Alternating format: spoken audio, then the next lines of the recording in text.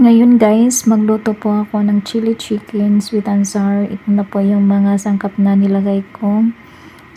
Onion, green chili at saka atsal na green at tapos spring onions. Tapos yan na po yung ano natin. Tangkap natin, lutuin lang natin mga ilang minuto.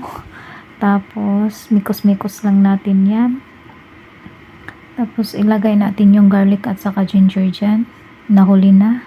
Kasi madali lang laman siya lutuin yan eh. Kasi mash natin yan eh. Mash. So, crush natin yan eh. Kaya madali lang siyang maluto yung garlic and ginger. Nasa huli natin siya ilagay.